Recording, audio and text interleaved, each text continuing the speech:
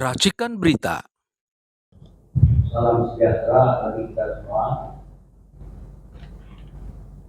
Pertama-tama, mari kita panjatkan puji dan syukur kehadiran untuk Allah Subhanahu wa Ta'ala, Tuhan yang Maha Esa, karena berkat rahmat-Nya kita semua masih diberikan kesempatan kesehatan sehingga kita bisa berkumpul dalam rangka diskusi desain baru geopolitik dan kekuatan sumber daya Indonesia menghadapi pertarungan antara negara kuasa yang kita selenggarakan pada tanggal 1 Juni jam 14.30 sampai dengan 17.30 insyaallah. Dan kesempatan ini dan ucapkan terima kasih kehadiran kawan-kawan kosong isi untuk mengikuti diskusi pada sore hari ini. Dan pertama juga narasumber yang sudah pasti hadir pada kesempatan ini ada Profesor Dr. Hikmahanto Juwana akan hadir kurang setengah jam lagi ya. Dua, Profesor Amna Mahmud, beliau ini dekan Fakultas Hubungan Internasional Universitas apa? Islamabad.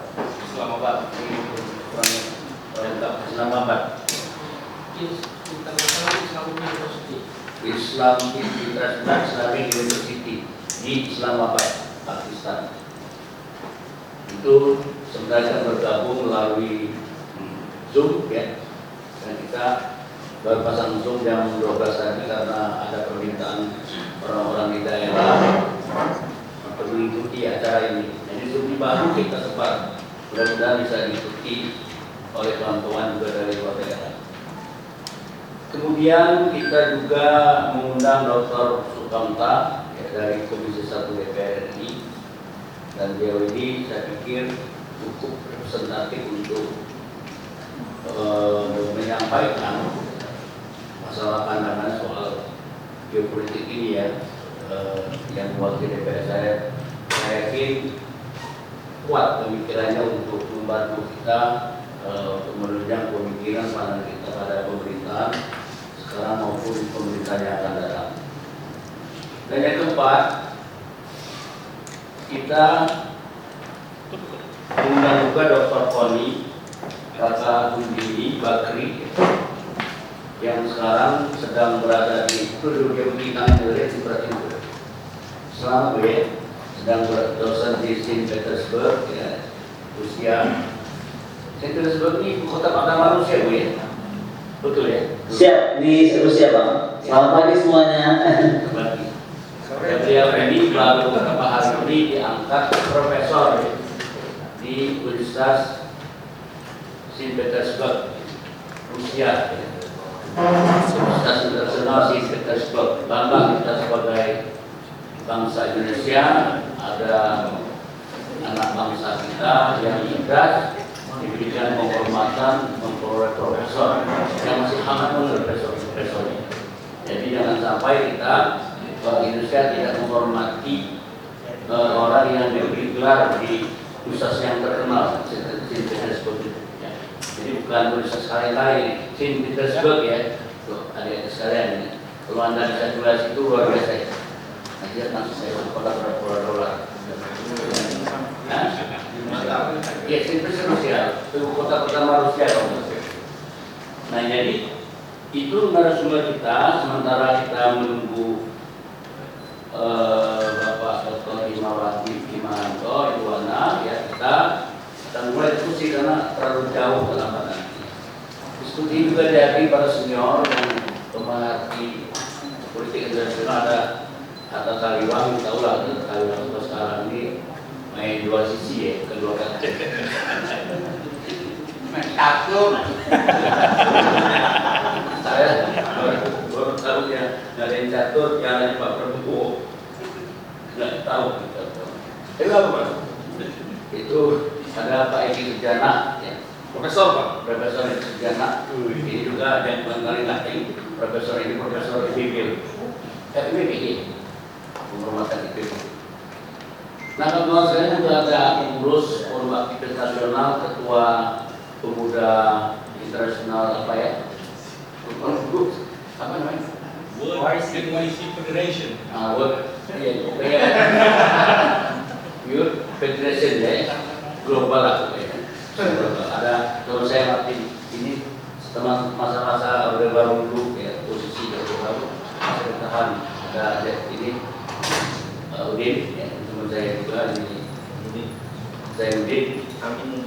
Oh, saya Udin dan rekan-rekan sekalian ada Saudara Krisman, terus Forum Aktivis Nasional. Kami sampaikan Forum Aktivis Nasional ini baru dibentuk lebih kurang 1 bulan setengah lalu, yang dibangun oleh perkumpulan alumni Cipayung, alumni Cipayung untuk hadir di bumi Indonesia ini untuk memberikan sumbangan pemikiran dalam pemantapan kepemimpinan generasi muda sekarang dan masa-masa mendatang. Karena itu kami berkepentingan diskusi-diskusi seperti ini untuk memperkuat nalar, ide dan intelektual para aktivis Forum Aktivis Nasional. Itu salah satu dari tujuan dan mendirikan Forum Aktivis Nasional ini. Saya sendiri adalah ketua umum dan sekretaris jenderalnya saudara temannya Dr. Sukamta, Dr. Sukamta ya, yaitu saudara Kakita Nur Rahmat yang membawa Dr. Sukamta ini, berarti dia teman-teman sekali, sibuk ya datang juga. Karena hari ini akan dimoderatori oleh Dr. Segera Tatang Mutar. Dr. Segera Tatang Mutar ini insya Allah 2 tahun lagi juga akan menjadi profesor. Benar, mengatakan itu. Beliau ini hampir menjadi staf ahli Kapolri. Udah eskuadra sambut. Gagal Bang, gagal. Hampir gagal. Mungkin karena dekat sama yang Sujana. Coba saudara sendiri. Nah, saudara sekalian, kami memandang dialog geopolitik ini penting. Karena ini juga dalam rangka kita memberikan masukan atau informasi kepada peminat hubungan internasional dan penggiat geopolitik ya, di Indonesia dan seluruh dunia. Karena ilmu ini memang kurang digandrungi oleh para aktivis. Padahal geopolitik ini sangat menentukan arah bagaimana dinamika dunia ini diatur oleh kekuatan besar dan bahkan bisa menyebabkan perang dan damai itu melalui perang dan fungsi geopolitik. Karena itu geopolitik ini bagi satu bangsa hidup mati ya, di dalam menyusun pandangan pikirannya, meletakkan geopolitik sebagai bagian strategi nasional atau national interest untuk mencapai tujuannya.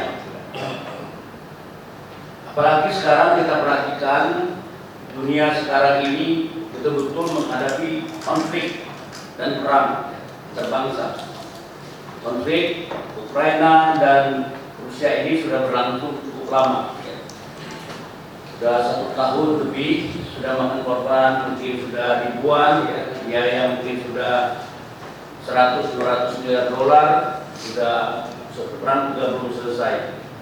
Kadang-kadang tidak tahu apa yang dicapai dengan peperangan seperti ini. Tapi itulah yang kenyataan.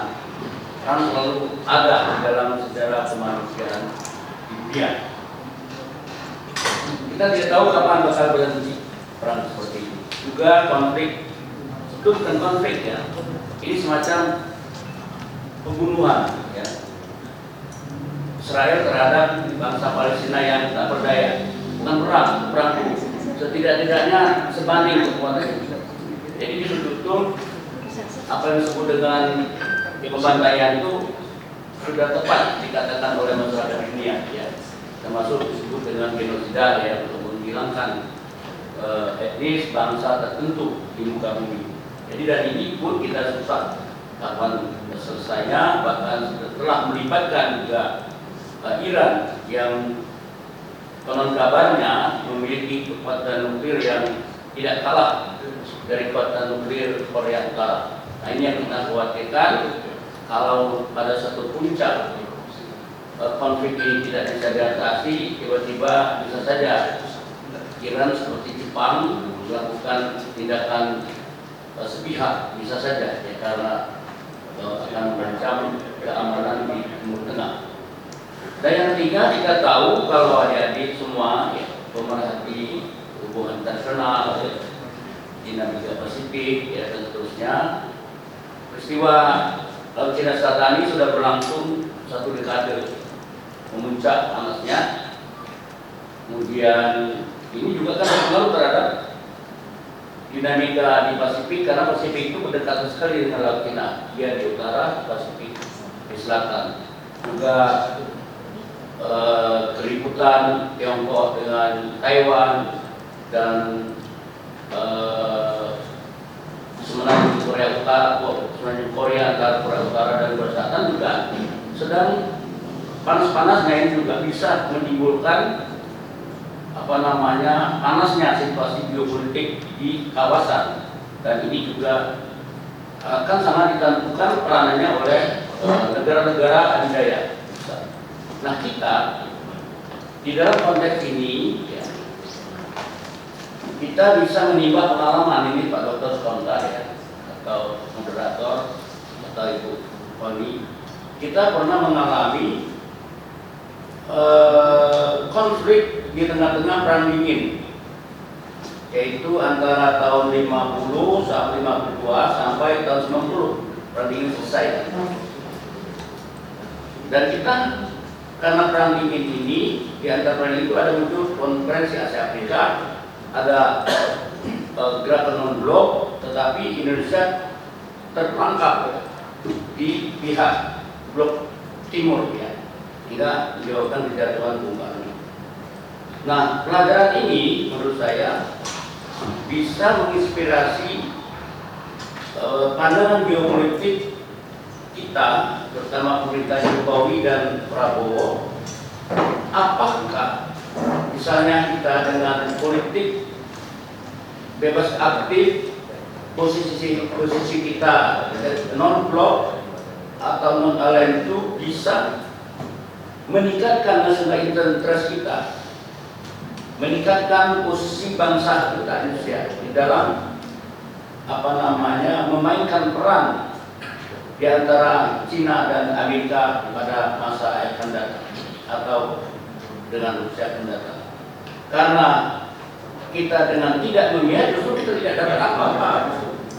Korea Selatan memihak Amerika, itu support habis-habisan, jadi sangat negaranya. Jepang juga begitu.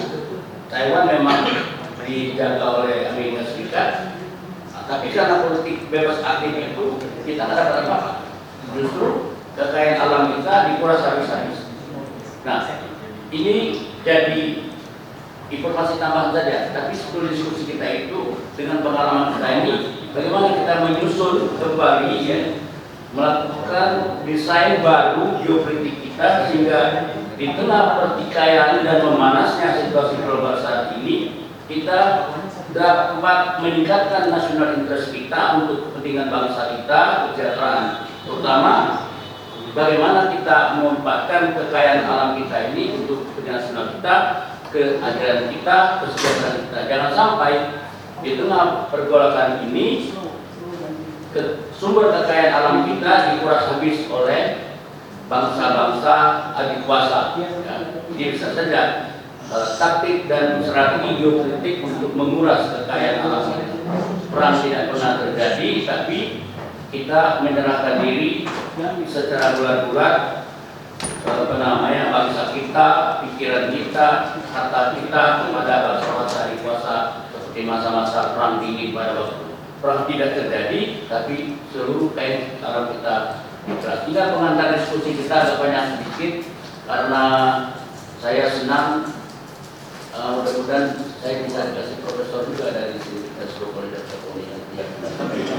jadi sekali lagi saya selamat ya Ibu Profesor Dr. Tony Hakundini Bakri telah diberikan profesor oleh St. Petersburg University International University. Bu ya, selamat sukses Bu ya. Angkat tangannya. Ya, terima kasih banyak. Kami ucapkan selamat berdiskusi. Mudah-mudahan diskusi ini bisa memberikan informasi penting bagi kita untuk masukan setidaknya Presiden Prabowo yang akan datang, yang akan sangat berkepentingan dengan desain geopolitik kita di masa datang. Silakan kami serahkan kepada moderator untuk membahas secara mendalam dan secara serius soal isu ini. Terima kasih. Dan tapi boleh saya. Assalamualaikum warahmatullahi wabarakatuh. Waalaikumsalam. Terima kasih. Assalamualaikum warahmatullahi wabarakatuh. Dan selamat sore. Salam sejahtera untuk kita semua. Nah, pada sore hari ini kita akan ada diskusi kedua ya setelah di-launching beberapa bulan yang lalu, yang saat ini membahas tentang geopolitik yang berkaitan dengan sumber daya alam dan juga isu-isu sosial yang berkembang di dunia yang berkaitan dengan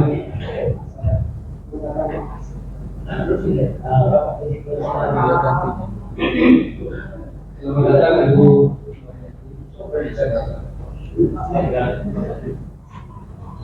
Nah, pada saat ini kita akan membahas soal geopolitik ini dalam rangka bagaimana posisi Indonesia dalam melihat perkembangan lingkungan geopolitik global. Yang kita melihat ada banyak pertarungan antara kekuatan dan bagaimana di kawasan ini Indonesia bisa menjadi kekuatan yang menentukan, terutama dalam rangka pengelolaan di dalam sumber daya alam, kemudian berbagai kebijakan yang strategik yang dilakukan membangun hubungan internasional, membangun kekuatan yang bisa membangun keseimbangan internasional. Nah, pada saat ini kita seperti yang disampaikan Bapak Ustaz tadi, kita akan ada beberapa pembicaraan utama di sini. Yang pertama adalah yang hadir di online Ibu Profesor Tony Bakri. Beliau memang spesialis di pertahanan dan geopolitik ya. Dan ketika beliau berada di Indonesia sekarang, ini memang menjadi sangat tepat untuk melihat bagaimana perkembangan dunia ini. Apakah dia masih multipolar atau sudah bipolar, atau bagaimana isu-isu global yang berkaitan dengan geopolitik yang barangkali penting untuk dipahami oleh pemerintah Indonesia saat ini dan pemerintah baru. Nah, yang kedua nanti Bapak Dr. Sukamto, Sukamta ya, karena di Jawa ini Sukamto. Nah, itu beliau adalah alumni UGM ya, sama dengan Pak Jokowi. Kemudian S3-nya di Inggris. Kemudian nanti pembicara yang berbicara adalah Profesor Hikmawan Perjuangan dari Universitas Indonesia. Beliau adalah rektor Unjani. Kemudian beliau adalah ahli hukum internasional. Tentu saja untuk memahami geopolitik itu harus memahami aspek-aspek dari hukum internasional secara kuat agar bisa memahami rivalitas ini dalam kerangka hukum dan politik internasional. Kemudian yang keempat adalah ada teman saya dari Pakistan, namanya Profesor Amma Mahmud. Beliau adalah dekan di sana Fakultas Politik dan Hubungan Internasional. Memang disertasi kebetulan Civil Military Relation in Pakistan. Beliau paham sekali bagaimana geopolitik kawasan Asia Selatan berkaitan dengan hubungan Pakistan dengan dunia secara luas. Kemudian sebagai discussion, sebagai pembahas ahli di sini juga nanti ada Profesor Eki Sujana ya, Profesor Eki Sujana, kemudian Ibu Profesor Nurhayati alias Segaf, beliau menjadi Presiden Women Politik antar parlemen, Women Politik Interparliamentary Union, di Presiden wanita parlemen di dunia. Mungkin pada saat beliau menjabat menjadi. Saya kira kita mulai dengan Ibu Koni Bakri dulu di sana. Selamat pagi Bu. Assalamualaikum. Waalaikumsalam, selamat pagi semuanya. Senang sekali saya bisa diundang dalam kesempatan yang hebat ini. Terima kasih untuk kakak saya, abang saya, teman berantem dan teman diskusi saya, Bang Musa. Terima kasih Pak Sidra, senang sekali kita menyapa semuanya dan saya senang sekali bisa bergabung dengan Prof. Sukamta. Tidak lupa Ibu Prof. Nurhayati, apa kabar Ibu, sudah pernah ketemu, dan tokoh kita yang sangat terkenal Prof. Eki Sujana. Saya rasa juga Kata Taliban dan lain-lain. Mungkin saya izin share mau dengan saya saja boleh ya Pak Sidra ya, biar agak fokus sedikit lah. Nah, saya mungkin mau sharing tentang beberapa hal bagaimana dari judul yang diberikan kepada saya tentang desain baru geopolitik kekuatan kita dalam menghadapi evakuasi itu. Mungkin saya akan bicara tentang apa yang disampaikan oleh Presiden Soekarno hari ini kan hari kebangkitan hari Kesaktian Pancasila. Lahir Pancasila. Kita sekali lagi ucapkan selamat hari Kesaktian Pancasila. Saya rasa Bu Mega kalian tidak sehat tapi tetap memberikan pidato di AMD, kita harus hargai. Bukan itu bilang bahwa bangsa yang tidak percaya kepada kekuatan dirinya itu tidak dapat berdiri sendiri sebagai suatu bangsa yang merdeka. Mungkin kenapa saya melihat keberadaan saya atau apa ya? Kalau saya bilang itu rezeki atau berkat Tuhan yang saya terima untuk diangkat menjadi guru besar di St. Petersburg University, itu adalah sebuah momentum yang tidak main-main. Jadi bukan cuma sebatas mendapatkan guru besar, atau juga saya diangkat kebetulan menjadi duta besar untuk kampus saya, St. Petersburg Uni yang sudah 300 tahun dan didirikan oleh Peter the Great, dan kami ini penghasil 9 nomor dunia. Lebih dari itu buat saya adalah kita bisa lebih melihat bagaimana sebuah bangsa itu betul-betul harus berdikari dan mandiri seperti Presiden Soekarno, dan itu bukan cuma ucapan, bukan cuma tagline atau vision, tetapi di Rusia ini kita bisa rasakan betul bagaimana negara itu dipimpin dan kemudian bangkit dari segala keburukan. Penting untuk saya ada di sini karena saya banyak mempelajari hal yang saya rasa kalau Indonesia tidak siap-siap atau tidak berjaga-jaga, kita akan mengalaminya. Kalau saya ini kan menghadapi proses pasti biasa tantangan yang banyak sekali gitu. Apakah kita mulai dari perang terbuka atau perang tertutup, apakah perang proksi seperti yang pada Ukraina. Tapi bagaimana kita harus mencegah bencana itu masuk ke kawasan kita. Dalam beberapa waktu lalu saya menulis gitu dan juga dalam wawancara saya sampaikan spill over dari perang di Timur Tengah, perang Israel itu kenapa saya sangat berhati-hati sekali untuk mendukung Afrika Palestina. Ini saya mesti tekankan dari awal ya, saya itu satu-satunya akademisi yang tidak pernah bilang Afrika Palestina. Bukan karena saya tidak ingin Palestina merdeka, bukan karena saya tidak punya perasaan melihat apa yang terjadi di Palestina, tapi saya mengukur kalau kita terlalu pasang badan, kan, kita sudah siap atau belum. Anak saya Inggris, sehingga saya sekali-sekali pulang ke Inggris, dan kalau ada gerakan gerakan anti Palestina, anti Israel itu, bendera Palestina itu sudah melekat dalam Free Papua. Jadi dikirimnya Free Palestine di kanan Free Papua. Kalau kita terus mendukung Free Palestine, 1 menit lagi setelah mereka pasti Papua mereka. Pertanyaannya, Indonesia sesiap apa untuk kehilangan Papua? Sesiap apa untuk mempertahankan Papua? Itu kenapa buat saya ini sesuatu masalah waktu saya sekarang polisi. Nah, rivalitas di kita itu sangat beda antara Tiongkok dan Amerika Serikat. Kita berusaha menemukan solusi praktis bagaimana kita ada di situ dan bagaimana kita ada di tengah-tengah yang saya sebutkan tadi persaingan proksi gitu. Karena kita berbicara tentang proksi itu bicara tentang bukan cuma negara menjadikan proksi, tapi bagaimana dalam sebuah mega project bagaimana tentang aspek konektivitas. Dan Indonesia adalah negara hukum kalau kata Presiden Jokowi. Bagaimana kita menjadi sebuah negara hukum itu berperan dalam aspek konektivitas tersebut. Nah, maka keamanan dan plastik adalah semua aktor regional itu sebenarnya harus terlibat dalam dialog. Harus ada trust gitu, harus ada kerjasama menjaga stabilitas. Dan bagaimana kita harus melihat ancaman teknologi. Bukan cuma cyber ya, saya sudah membaca juga banyak hal yang terkait cyber misalnya.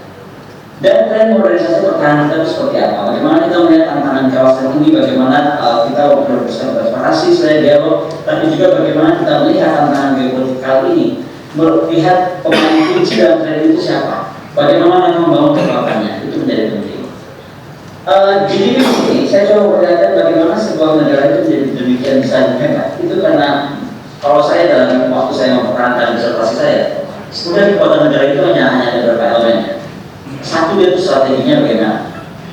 Kedua, kehendak dia menjadi negara seperti apa itu bagaimana. Karena dua hal itu akan mengaruhi bagaimana ekonominya, bagaimana militernya, bagaimana kekuatan massa yang dimiliki. Terima kasih banyak Bu, kita beri aplaus pada ini telah merupakan dari bagaimana melihat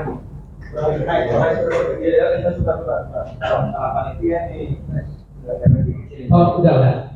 Saya kira tadi Bu Koni kita dengarkan bersama tentang bagaimana kekuatan bangsa state powers itu diterjemahkan dalam perspektif strategi ke depan Indonesia dan bagaimana melihat best practice tadi ya Rusia dan juga bagaimana melihat perkembangan di wilayah-wilayah lain yang mendekatkan kepada pengelolaan SDA tadi gas, oil dan sebagainya yang menjadi alat yang faktor yang paling menentukan bagi keberhasilan satu geopolitik sebuah bangsa. Terima kasih Bu, nanti kita diskusikan lebih lanjut.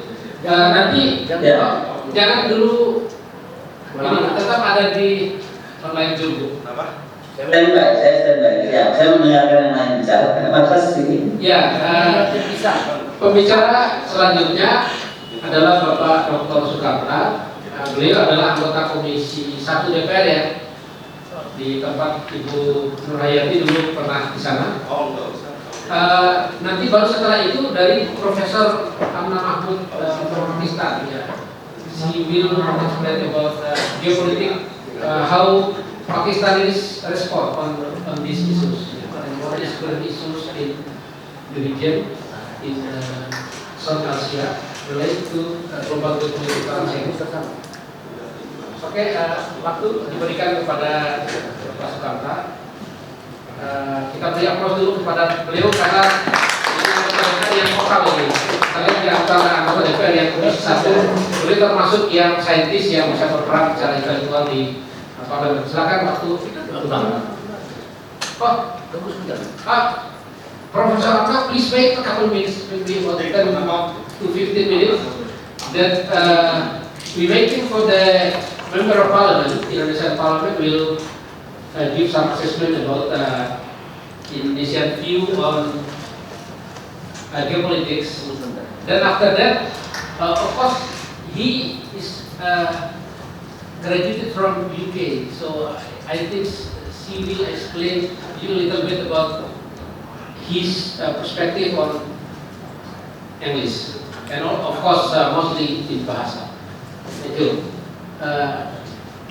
Silakan Pak. Bahasa Inggris saya dulu.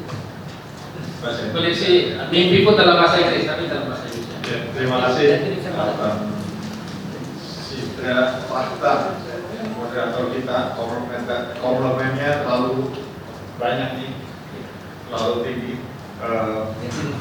Semua senior dan teman-teman semuanya berusaha kita Anta, Bu Lingga dan senior saya Bu Nurhayati, juga Bu Koni. Makin sukses di Rusia Bu Koni. Saudara-saudara sekalian, hadir dari satu Koni sudah sangat bagus, menarik, dan saya kira saya ingin masuk ke yang lebih tajam lagi, karena ini yang hadir aktivis semua. Saya membayangkan para aktivis ini nanti keluar dari forum ini punya bayangan kira-kira apa yang bisa di follow up, kira-kira begitu dong. Nah, saudara sekalian, kita tahu dunia ini sekarang memasuki babak baru. Dari dulu bipolar, Rusia, Amerika, Soviet, Amerika, kemudian unipolar, didominasi Amerika saja, sekarang sudah muncul pemain baru, boleh dibilang multipolar dengan penantang baru Amerika ini Cina dan satu blok dengan Rusia, dan kemunculan negara baru menjadi multipolar ini berefek kepada berbagai hal secara geopolitik. Tadi sudah diterangkan muncul perang di banyak tempat yang panas di Ukraina dan Gaza.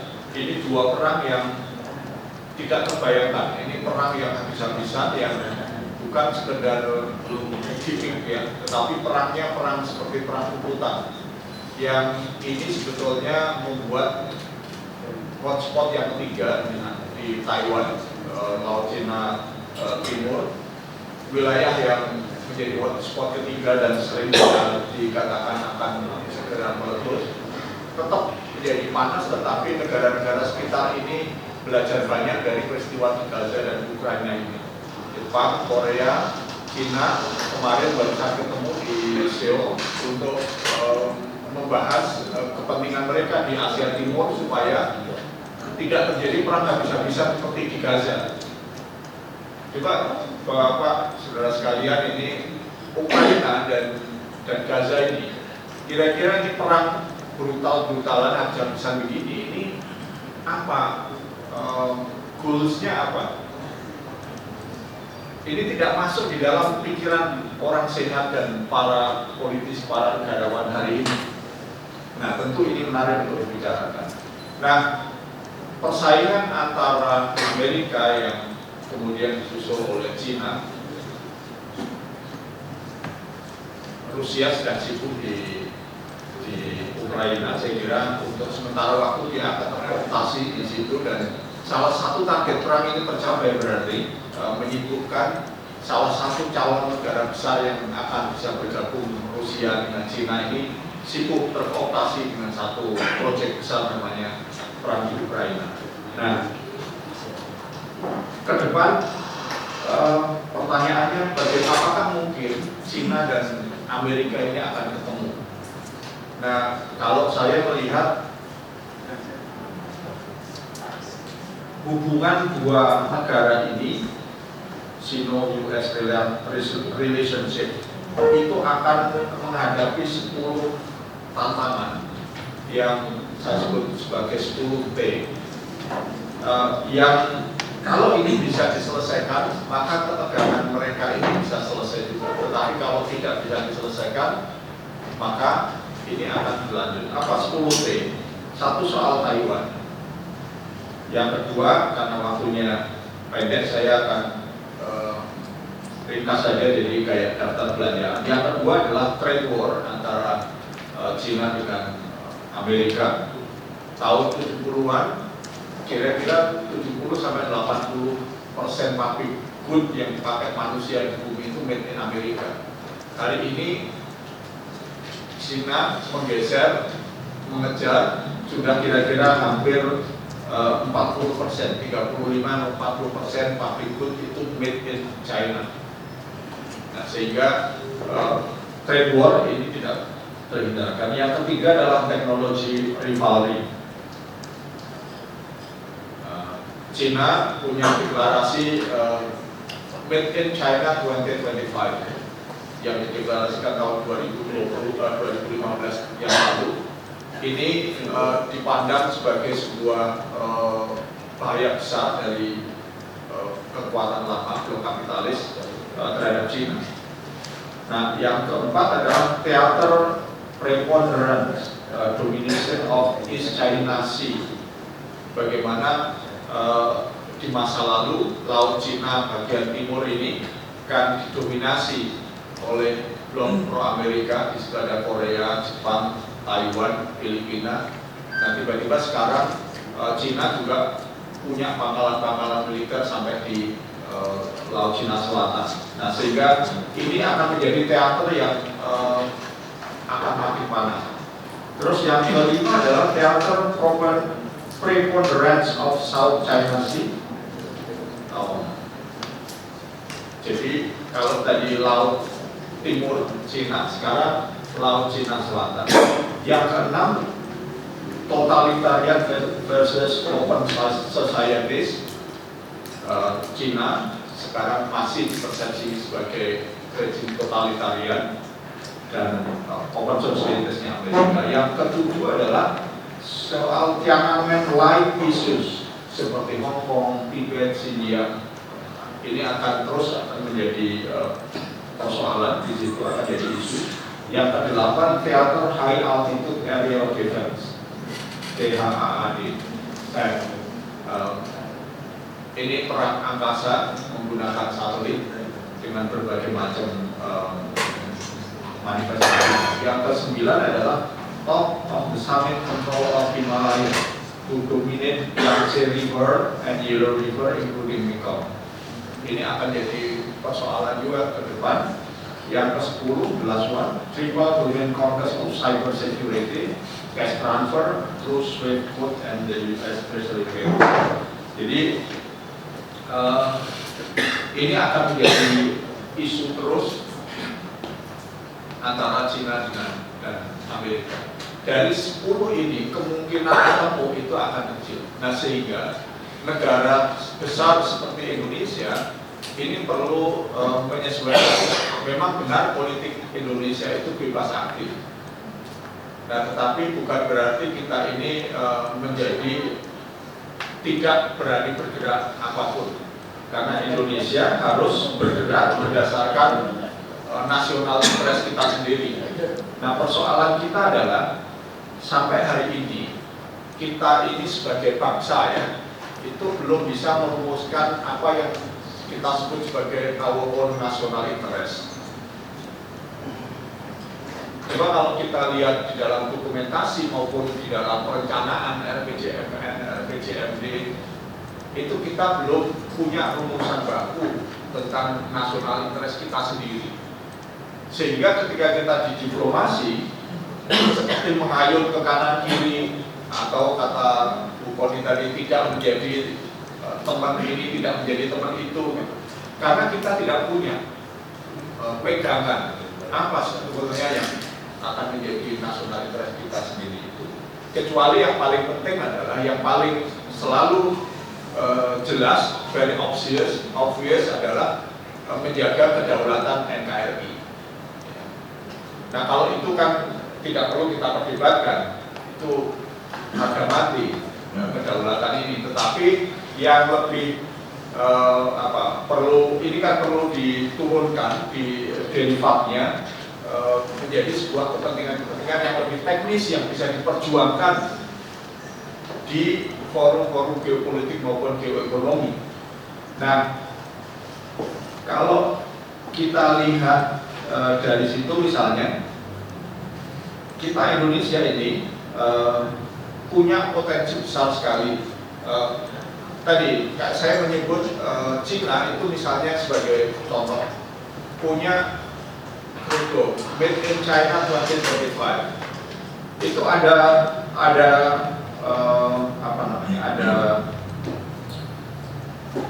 kerja besar Cina untuk betul-betul membangun, intinya kira-kira ada 10 industri yang menjadi top priority yang akan mereka perjuangkan sebagai apa yang mereka sebut national interest di luar kedaulatan pasti. Nah, 10 prioritas itu dia jabarkan di dalam seluruh kebijakan mereka secara geopolitik maupun geoekonomi. Apa itu 10 itu? Made in China 2025 itu kira-kira meliputi 10 industri.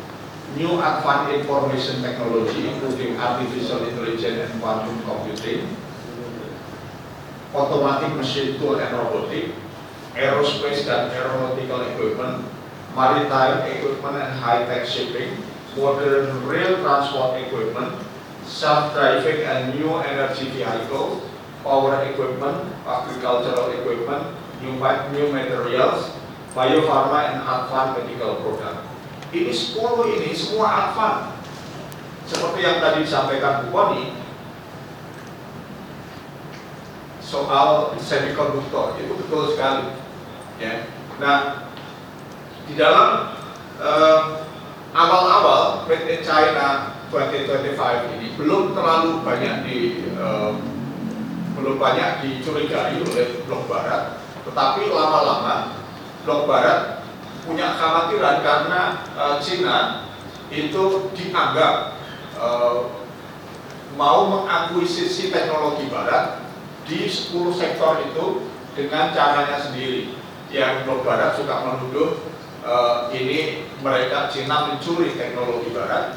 Terus yang kedua, China tidak membuka investasi asing di 10 sektor ini. Gitu.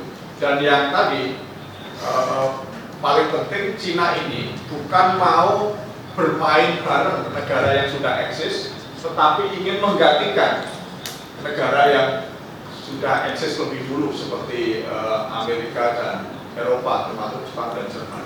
Nah, tentu ini akan menjadi sebuah persoalan yang perlu dicermati, tetapi kita bisa mendapatkan betapa clear-nya, betapa jelasnya national interest China itu di hadapan bangsa-bangsa lain.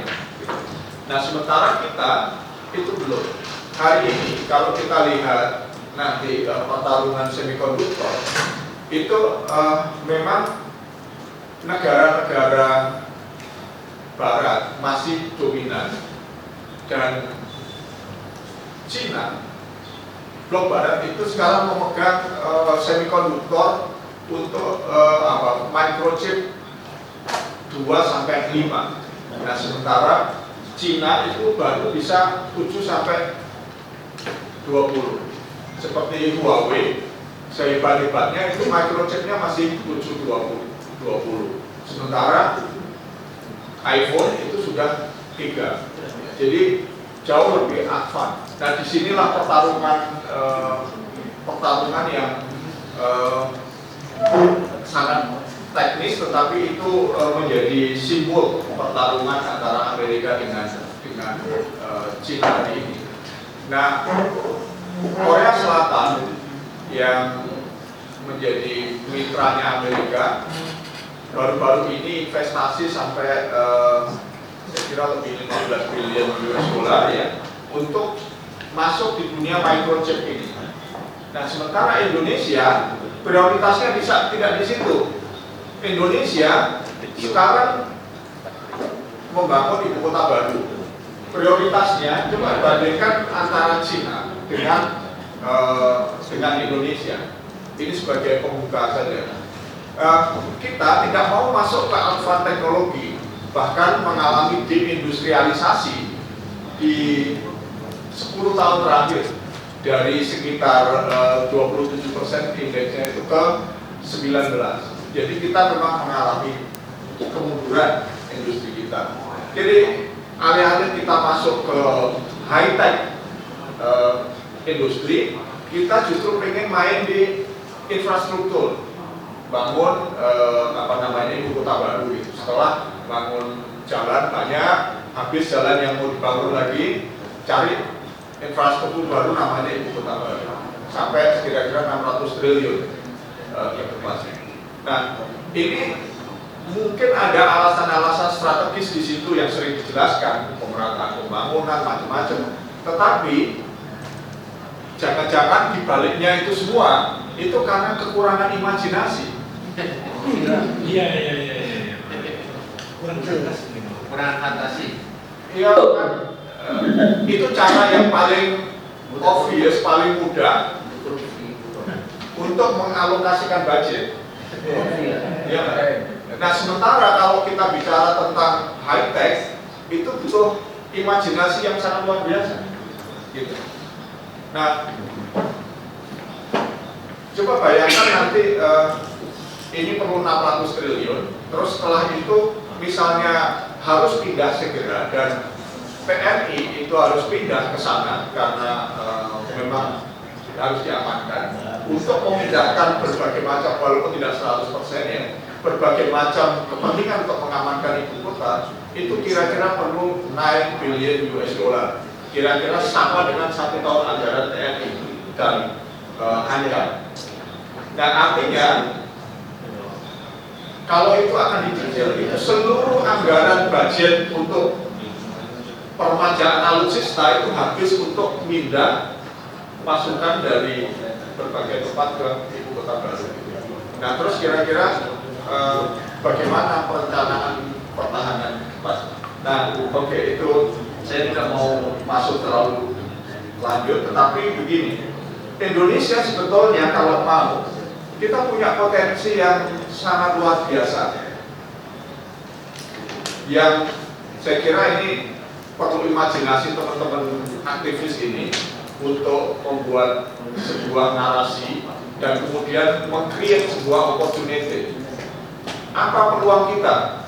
Kita punya ZEE terbesar sedunia nomor 6. Amerika, Prancis, Rusia, Australia, UK, Indonesia. Filipina nomor 12, Cina, Jepang itu kalah dengan kita, ZEE-nya. Ada apa dengan ZEE? Orang masih banyak bicara tentang ikan dan selama ini orang masih selamat datang, Bro. Jadi illegal fishing itu satu persoalan PR besar. Memang itu sumber daya yang besar dan harus kita maksimalkan. Tetapi yang tidak kalah pentingnya adalah mining.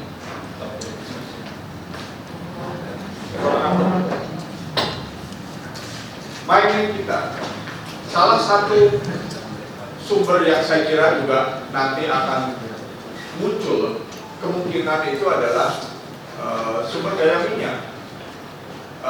Deep sea mining itu sekarang sudah teknologinya sudah memungkinkan dan negara-negara sudah banyak yang melakukan itu. Dan soal ZEE ini tentu Indonesia tidak bisa sendirian. Nah, kita punya tetangga Australia yang punya ZEE juga besar, nomor 4 ya di dunia. Tetapi ya Australia sudah membuat AUKUS dengan Amerika. Nah, kita punya Filipina, kita juga punya Jepang sebagai tetangga. Prancis walaupun punya ZEE nomor 2, tetapi kebanyakan ada di Pasifik ya. Nah, ini akan menarik. Saya membayangkan kalau Indonesia punya platform besar untuk membangun ZEE kita ini negara-negara lain itu akan tergantung dengan kita. Amerika dan Rusia itu akan tergantung kita. Amerika dan Cina itu akan tergantung kita. Imajinasinya jalan tol. Imajinasinya membangun banyak pelabuhan. Ya itu nggak apa-apa, karena itu tempat untuk jualan. Kan? Cuman persoalannya yang dijual barangnya Indonesia, made in Indonesia atau bukan. Nah, jadi kalau Indonesia ini masuk ke model ini, nanti Cina itu kalau mau keluar dari kandang, kalau ke timur kan sudah ada blok Amerika semua tuh, Korea, Jepang, Taiwan, Filipina, turunnya ke bawah. Yang mengontrol bawah Selat Malaka itu dikontrol oleh Indonesia, Malaysia, Singapura. Tetapi Indonesia itu hampir menguasai seluruh Laut Cina Selatan di Natuna Utara kita. Dan itu bargaining power yang sangat luar biasa gitu loh. Nah, selama ini kita ini main drama terus saja di Laut Cina Selatan itu, Natuna Utara itu. Cina godain kita dengan nelayan taruh situ, Indonesia merespon. Nah, kenapa kita tidak berpikir yang lebih strategis untuk mengelola ini? Dan kalau kita firm, tentu tidak sendirian, itu Cina akan membutuhkan Indonesia bisa-bisa untuk bisa keluar memasarkan China's good, barang-barang Cina. Amerika itu juga akan butuh Indonesia karena posisi Indonesia yang demikian hebat. Nah, kalau Indonesia bisa bekerja sama dengan negara-negara Pasifik yang punya ZEE besar kayak Filipina, Jepang, Korea, saya yakin Jepang juga sangat senang diajak bekerja sama di sini. Bukan hanya soal aqua farm dan membuat pelabuhan, tapi memberdayakan laut kita dan zona ekonomi eksklusif kita. Chili, kemudian Argentina, mungkin juga negara-negara di Pasifik Barat dari Amerika Latin, ini juga akan menjadi partner kita. Jadi mungkin saya membayangkan kalau ada PAN Indo-Pasifik, itu akan menjadi sebuah credo baru yang sangat menarik dan sangat potensial sekali untuk diolah menjadi kekuatan besar Indonesia. Dan ini batasnya itu adalah imajinasi kita. Nah, sehingga dengan demikian Indonesia nanti akan punya resources besar untuk bisa menata itu.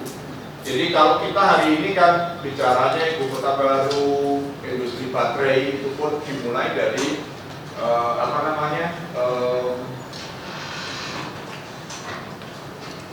ekstrak nikel dibuat lithium. Pabriknya ada smelter. Jadi karena keterbatasan imajinasi kita itu, kita punya tambang besar, tetapi kita tidak membayangkan ada industri turunannya di sekitar situ. Ya nggak? Ada Tembagapura, ada Freeport di sana. Kita biarkan seluruh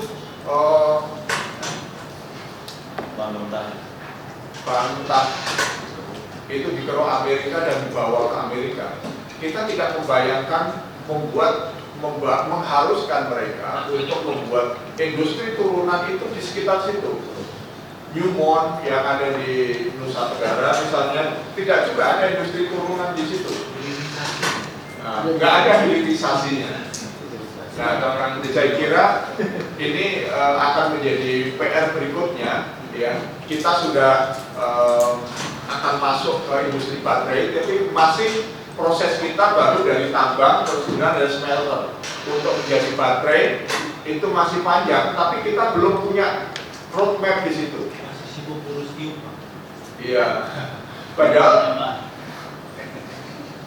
kalau kita mau di situ, industri kita punya nikel, ada tetangga kita punya yang diperlukan komponen berikutnya namanya ada lithium, ada beberapa komponen lain. Itu Australia salah satu pemilik tambang terbesar, dan itu potensial juga untuk diajak membuat pabrik baterai di sekitar kita, dan itu akan menjadi big player kita di baterai EV, electric vehicle. Bisa diangkat itu. Iya, betul. Direktur lain, siap bro. Iya, soalnya tadinya terdaftar di Universitas Jenderal Ahmad Yani beliau. Masih bro. Masih ya. Sekarang diangkat di Rusia. Selamat ya Bu Koni ya. Ya bro, terima kasih bro atas bimbingannya. Boleh belakangan. Kenapa? Administrasi boleh menyusul. Menyusul, makanya baru hari Senin. Ya udah diangkat dulu. Iya, soalnya mintanya kemarin. Udah libur kita di Unjani. Pak Sukamta yang saya hormati, biasa saya sering bertemu dengan Pak Kamta ini kalau urusan luar negeri. Bu Nurhayati juga, terima kasih Bapak Ibu dan saudara-saudara sekalian yang tidak bisa saya sebut satu persatu. Ini kan kita bicara soal desain baru geopolitik dan kekuatan sumber daya Indonesia ini seperti apa sih? Gitu ya. Saya kalau ditanya desain baru geopolitik ini, ya memang sekarang ini kita memasuki era yang belum sampai pada satu equilibrium tertentu. Kita tahu kalau masa lalu ada Amerika Serikat dan Uni Soviet, lalu pada titik tertentu ada unipolarnya, yaitu Amerika Serikat begitu kuat, dan sekarang kita lihat juga bagaimana Amerika Serikat menunjukkan kedikdayaan, terutama sekali dalam konteks serangan Israel ke Gaza. Orang banyak mengatakan kenapa semua terdiam, seolah-olah PBB tidak efektif, lalu kemudian negara-negara juga tidak bisa mengambil sikap lebih keras daripada pernyataan-pernyataan. Bahkan Iran yang kemarin sudah menunjukkan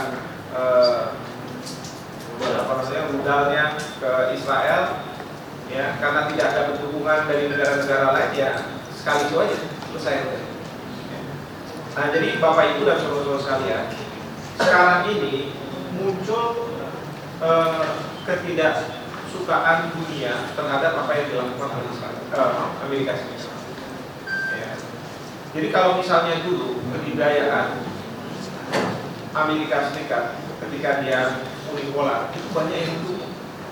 Maka pada waktu Amerika Serikat mau masuk ke Irak menurunkan Saddam Hussein dan dia tidak mendapatkan mandat dari Perserikatan Bangsa-Bangsa, khususnya Dewan Keamanan, karena waktu itu diveto oleh Prancis. Dia membentuk apa yang disebut sebagai coalition of the willing.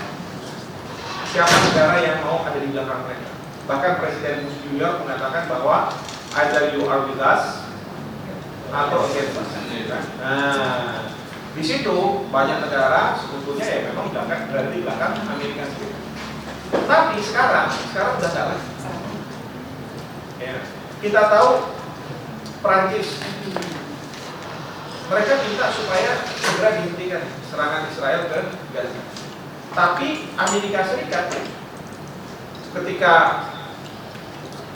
jaksa penuntut umum ICC mengatakan bahwa akan menangkap Benjamin Netanyahu, Amerika Serikat mengatakan bahwa apa yang dilakukan oleh Netanyahu ini sudah dalam track yang benar, karena dia mengeksersis hak untuk membela dirinya. Karena dapat serangan tanggal 7 Oktober. Dan apa yang dilakukan oleh Israel sekarang ini itu bukan genosida. Padahal kalau kita pikir-pikir itu sudah genosida. Kenapa saya katakan sudah masuk kualifikasi genosida?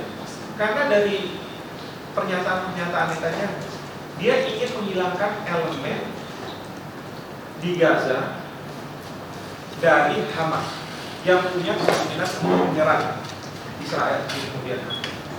Sekarang kalau misalnya serang beberapa orang katakanlah, lalu kemudian anak-anak tidak diserang, tidak dihabisi, itu anak-anak suatu hari nanti punya dendam ke Israel dan dia akan masuk menjadi pejuang Hamas. Nah, oleh Netanyahu paling gampang adalah dihabiskan semua. Kalau dihabiskan semua kan berarti genosida. Mengarah ke sana. Maka Mahkamah Internasional dalam putusan yang terakhir, kalau sebelumnya diminta untuk tidak melakukan serangan yang mengarah ke genosida, ya. Kalau sekarang minta untuk dihentikan serangan tersebut. Artinya apa? Masyarakat internasional itu sudah tahu bahwa yang dilakukan oleh Amerika Serikat itu adalah membenarkan tindakan yang sama. Sekarang ini negara seperti Norwegia, kemudian Spanyol dan Irlandia sudah mengakui Palestina. Saya melihat bahwa ini ada fenomena baru. Amerika Serikat dia memang masih unipolar, tapi dia tidak didukung oleh negara-negara. Maka pasca serangan ke Israel ini memang betul desain baru geopolitik. Nah, di dalam negeri Amerika Serikat pun ada pertentangan antara elit politiknya dengan masyarakat, terutama para mahasiswa yang tidak bisa melihat tindakannya brutal oleh Israel dan dibenarkan oleh pemerintah Joe Biden. Karena kalau misalnya pemerintah Joe Biden yang partai Demokrat saja seperti sekarang ini, apalagi kalau misalnya nanti partai Republik. Karena partai Republik lebih ganas lagi nih kalau soal perang ini. Ya kan? Donald Trump bilang kemarin itu waktu Iran menyerang, kalau saya jadi presiden saat sekarang itu udah selesai Iran, ya kan? Nah, jadi ini Bapak Ibu dan saudara-saudara sekalian, memang akan ada desain dari masalah geopolitik. Saya nggak tahu kapan akan selesai serangan Israel ke Gaza ini dan bagaimana selesainya, safe landing-nya itu seperti apa. ya, karena segala upaya dari masyarakat internasional sudah dilakukan. Ya, memang saya selalu mengatakan ada dua kemungkinan bisa terselesaikan kalau misalnya Presiden di Amerika Serikat berubah, ya, diganti bukan Joe Biden, bukan Trump, ada pihak ketiga yang akan meminta Israel untuk menghentikan serangan itu. Karena beberapa kali Joe Biden bilang kita tidak akan dukung pada waktu kalau misalnya Israel menyerang Iran, ya. Tapi ujung-ujungnya ya dia tetap nanti kasih bantuan, ya, misalnya diintercept rudal-rudal Iran atau drone-drone Iran itu yang masuk ke Israel, ya kan? Karena juga Amerika diberitahu juga oleh Iran. Nah, demikian juga ketika senjata-senjata katanya tidak akan disumbangkan lagi ke Amerika Serikat, ya, tapi ya tetap aja sekarang ini bahkan ex calon presiden Haley sudah tulis di salah satu bom atau rudalnya itu, ya, finish dan akhiri, habisi mereka, kayak gitu. Jadi kalau misalnya ada presiden baru di Amerika Serikat dan presiden ini berani mengatakan stop, enough kepada Israel, selesai. Yang kedua adalah kalau rakyat Israel semakin besar yang anti terhadap kebijakan dari Netanyahu dan meminta Netanyahu untuk turun dalam pemilu misalnya, ganti pemerintah dan kebijakan. Karena banyak rakyat Israel sekarang merasa was-was, ya, mungkin kita menang perang melawan orang-orang di Gaza, tapi ketika kita berpergian ke luar negeri, bukannya kita tidak terancam. Ya. Orang lihat paspor Israel, wah nanti ada orang yang nggak suka dan lain sebagainya, menyerang mereka secara individu. Maka mereka minta juga supaya Netanyahu untuk menghentikan serangan ke Gaza. Jadi jangan kita lihat Israel secara keseluruhan Israel gitu, ya, tapi Israel sebagai sebuah negara kan ada komponen-komponen masyarakatnya yang tidak setuju, ya, yang punya suara untuk mau untuk menurunkan. Nah, kalau ini lebih besar, apalagi kalau oposisi dari pemerintah sekarang di Israel itu semakin kuat, mereka sudah kepengen bahwa Netanyahu harus diturunkan. Nah, jadi itu kemungkinan kalau misalnya menghentikan safe landing, tapi kita nggak tahu seperti apa nanti. Nah, lepas dari itu mungkin akan ada desain geopolitik baru, ya. Amerika Serikat kuat tetapi tidak mendapat dukungan. Pertanyaannya adalah apakah dukungan ini akan lari ke Cina, ya. Karena Cina tanpa kita sadari di Bapak Ibu sudah mulai merambah, mulai memperkuat dirinya. Paling nggak di negara-negara Asia dia sudah mulai mendapatkan dukungan-dukungan. Lalu kemudian bukannya tidak mungkin dia akan ke Eropa untuk mendapatkan dukungan-dukungan.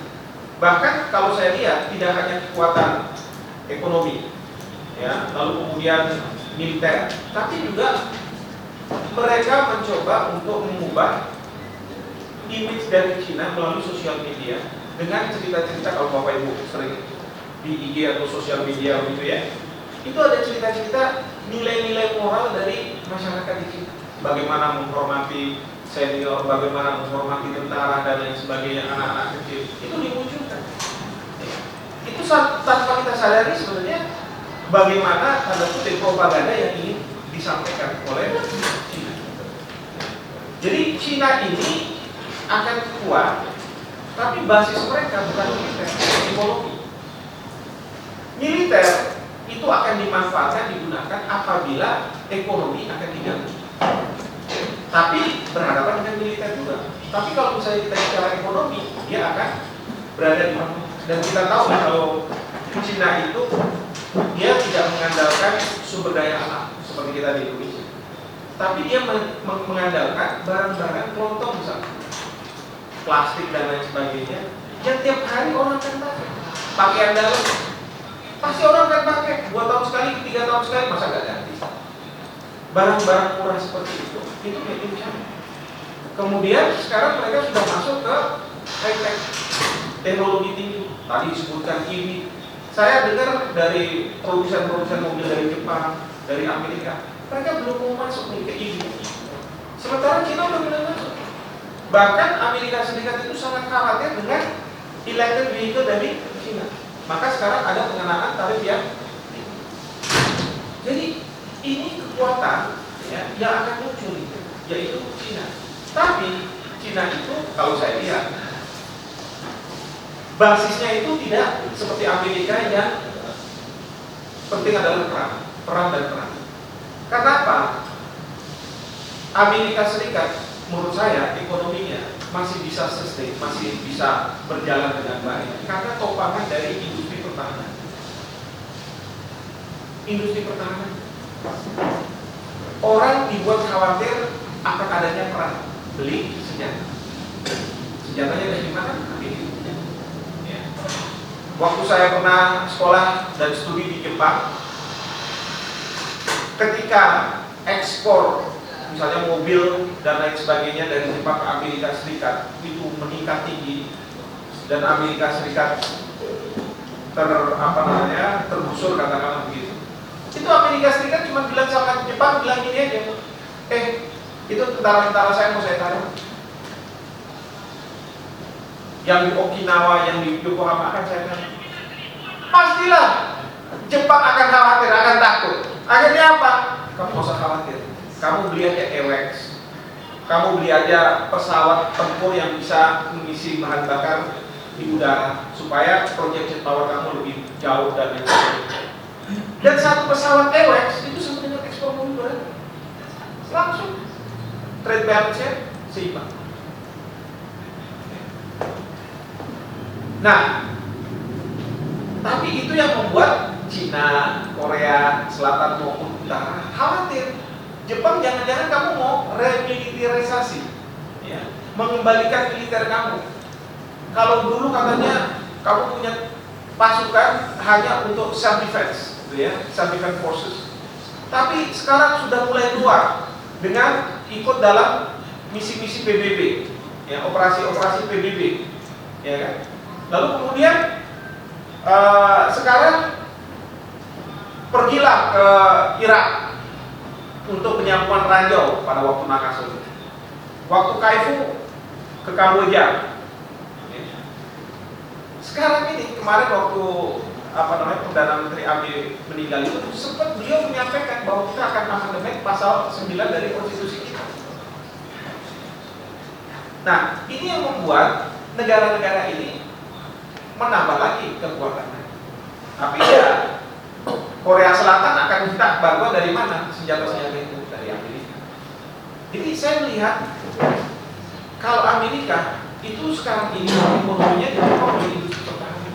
Sementara kalau bisa dikatakan itu industri yang bisa menopang dia itu adalah ya industri barang-barang potongnya, high technya.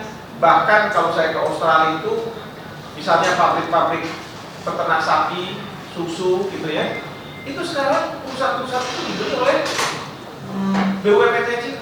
Karena mereka bilang daripada kita beli dari perusahaan Australia, uangnya nanti ke kantong orang Australia, kenapa nggak sekalian aja kita beli? Perusahaan-perusahaan yang Australia ini sekarang milik kita kelola, nanti kita kirim sapinya ke negara kita, uangnya juga kalau ada dividen kan kita yang pegang. Jadi memang secara ekonomi. Nah, dalam konteks seperti ini, maka yang menjadi pertanyaan adalah apakah dunia ini akan terus-menerus diwarnai dengan perang, atau dunia ini akan muncul dengan satu persaingan, tapi bukan berkaitan dengan perang lagi, tapi persaingan untuk meraih pangsa pasar. Tapi nanti didukung oleh kekuatan-kekuatan, kalau bisa dibutuhkan kekuatan militer, pangsa pasar, sumber daya alam, dan tempat berproduksi. Karena Bapak Ibu bayangkan ya, kayak Cina itu penduduknya 1,4 miliar. Saya lihat dalam statistik angkatan kerja orang yang butuh untuk mendapat pekerjaan itu sampai 780 juta. Kalau di dalam negeri di Cina terseraplah sampai 500 juta, penduduk kita 270 juta. Kan angkatan kerjanya nggak sampai 270 juta tentunya. Bayangin ini 500 juta terserap. Yang lainnya kemana nih 280 juta? Nah, pastilah dengan proyek-proyek dengan loan-nya dia kasih pinjam ke negara-negara, saya kasih pinjam uang. Tapi syaratnya ada ya, kamu harus terima pekerja saya. Kalau dulu juga Amerika melakukan hal yang sama, cuman bedanya sama Amerika dan Jepang, pekerjaan itu yang kelas menengah ke atas, bukan yang kelas menengah ke bawah. Ya kan, kalau ini kelas menengah ke bawah, yang penting rakyatnya bekerja. Nah itu yang membuat ekonomi di Cina itu sustain. Bahkan kelas menengahnya semakin lama semakin besar, semakin menunjukkan bahwa mereka sebuah negara yang tidak lagi seperti tahun 1980 lah, 1990, di mana banyak rakyat miskin. Nah, dalam konteks seperti ini, bagaimana kita memposisikan itu? Saya setuju, ya bukan karena Pak Prabowo mau jadi presiden ini, udah elected, ya udah terpilih. Tapi kan Pak Prabowo selalu mengatakan begini, kita di Indonesia jangan kemudian cuma sebagai follower saja, pengikut saja. Kita harus lebih muncul. Memang kita kekuatan tengah, middle power. Tapi middle power yang harusnya diperhitungkan. Jangan middle power yang biasa-biasa, middle power yang diperhitungkan. Pertanyaan kita, diperhitungkan untuk apa? Kan kita nggak punya kekuatan militer yang kuat, betul. Tapi ingat ya, ketika ada berkecamuk perang ini, biasanya negara yang berperang itu perlu untuk cari pihak ketiga untuk menyelamatkan muka mereka. Mereka nggak mungkin misalnya Ukraina sama Rusia tiba-tiba buat perdamaian, atau Rusia bilang saya menyerah, saya udah kalah, atau sebaliknya Ukraina yang menyerah, nggak mau mereka. Tapi mereka cari ada negara yang bilang ini gara-gara misalnya Indonesia minta supaya kita damai, ya sudah saya mau.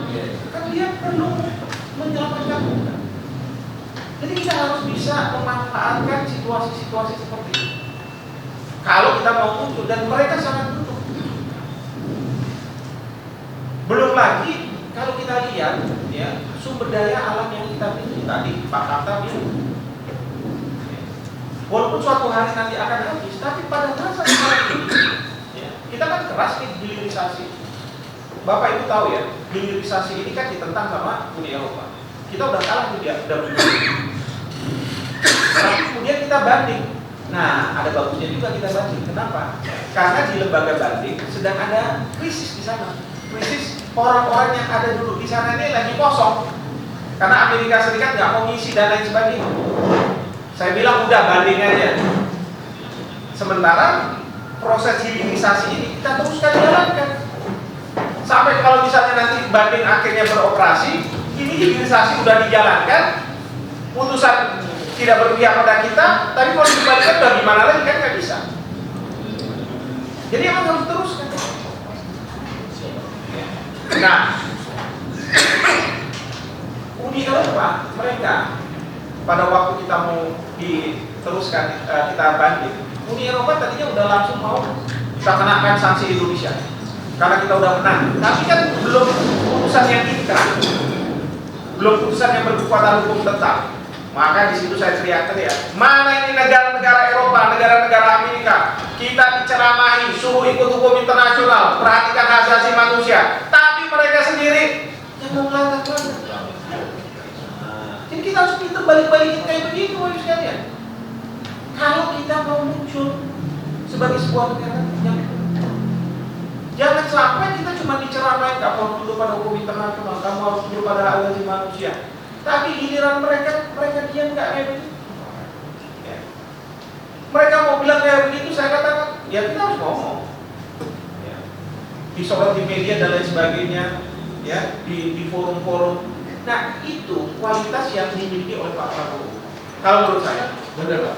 Ya. Karena beliau memang sejak muda biasa ketemu sama orang-orang dari luar negeri, bahasanya juga nggak masalah. Jadi beliau dengan enak, nggak orang ngomong apa adanya. Dan di dalam forum-forum ketika beliau jadi Menhan, ya kan udah ngomong dia, ngomong keras seperti ini.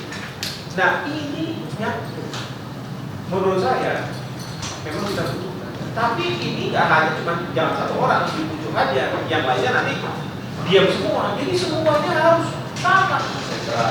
Iya. Dan saya sih berharap gitu, kalau presidennya kayak begini berarti di bawahnya, para birokrat yang di bawahnya itu, dia juga akan melakukan hal yang sama. Jadi itu yang kedua. Yang bagaimana kita bisa muncul. Nah, yang ketiga adalah memang kita harus memunculkan ide-ide baru. Ide-ide yang kemudian bisa dibeli oleh masyarakat internasional bahwa oh iya ini bagus ini kita harus lakukan. Itulah yang katakanlah akan merubah geopolitik itu, dan Indonesia kita akan muncul walaupun kita bukan negara besar. Pada masa sekarang ini nggak penting sebenarnya negara besar atau tidak besar, negara yang punya hak veto atau tidak. Sekarang Bapak Ibu sekalian, dengan teknologi yang ada, sosial media dan lain sebagainya, kita bisa menghasilkan ya bersama. Nah, cuma tinggal bagaimana kita membuat strategi-strategi yang pas. Nah, itulah yang kita butuhkan. Oke, saya nggak mau lama-lama, takutnya nanti kita kurang. Terima kasih.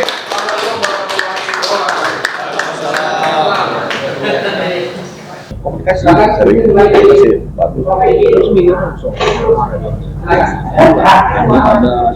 musik kan? Assalamualaikum warahmatullahi wabarakatuh. Terima kasih saudara-saudara dan semua yang ada di mulia kepada Allah. Dalam kesempatan pengajaran singkat saja, politik luar negeri kita yang bergantung hubungan politik dalam negeri sudah pasti. Kenapa di luar negeri kita tidak berdaya, tidak bergengsi dan lain sebagainya? Karena kitanya lemah kondisi politik di dalam negeri. Satu contoh di Sulawesi, kenapa tidak ada yang mendesak kepada Presiden Jokowi untuk menegakkan pasal 10, pasal 11, kemudian 45, bahwa Presiden adalah Panglima Angkatan Darat, Angkatan Laut, dan Angkatan Udara. Tidak ada demonstrasi perkara itu. Kalau itu dia masalahnya, pasal 11, Presiden dapat menyatakan perang dengan sebuah negara. Presiden kita jangan berani menyatakan perang, tidak di PBB yang benar. Jadi ini satu contoh bentuk kelemahan politik dalam konteks demokrasi di dalam negeri kita, sehingga apresiasi untuk berbuat sesuatu di dalam nanti kita. Dengan solusi yang diambil two-state solution. Bagaimana memahaminya? Tahun 1988 kan tanah Palestina yang dilepas, yang dijajah. Kok sekarang suruh dibagi dua, ada dua negara dalam satu lahan yang sama di situ. Ini juga tidak menyelesaikan masalah. Tetap saja Hamas tadi kategori Pak Mauda masuk Yerusalem karena satu elemen yang ada dalam masalah harus dihilangkan masalah itu aja kita tidak nolak protes lah nggak juga bisa dilakukan. Nah, secara khusus kalau saya DPR gimana Komisi 1 ya nggak pernah manggil Presiden atau Presiden. Padahal punya kekuatan power dalam penegakan hukum 20%, Presiden 20%, DPR 50%. Berdasarkan pasal 5 ayat 1, untuk pasal 20, pasal 21 bukti 45. Jadi dalam perspektif ini tidak lagi format ini satu partai Makamda itu ya juga terbentuk dalam partai jiwanya dan lain sebagainya tidak lagi format itu. Ini kan masukan. Jadi kenapa di luar negeri kita percaya dan di dalam negeri kayak begini? Itu satu kondisi objektif yang tidak disinggung kalau menganggap ini dari para bicara.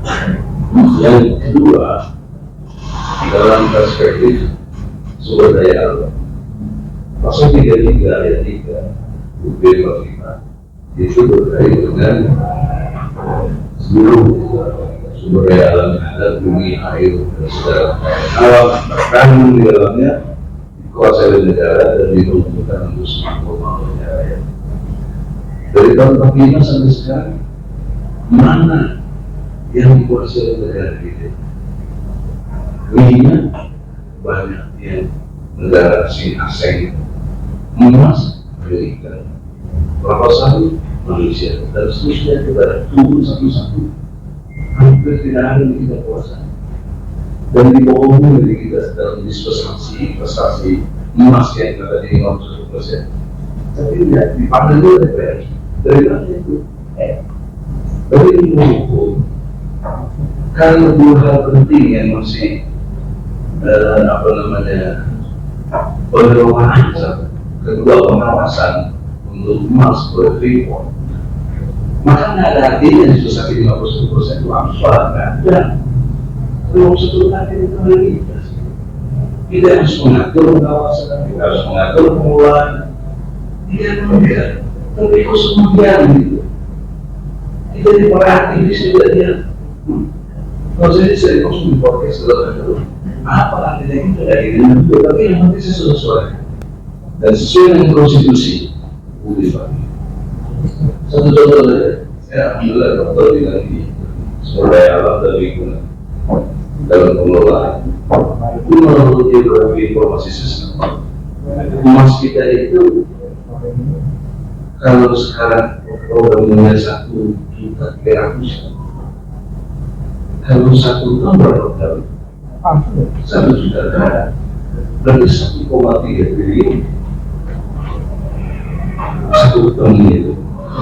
Jika tahun kita punya emas, kalau diakumulasi dari tahun orang kita itu per satu orang Indonesia per setahunnya terima uang 200 juta. Tanpa kerja dari sumber daya alamnya ada emas,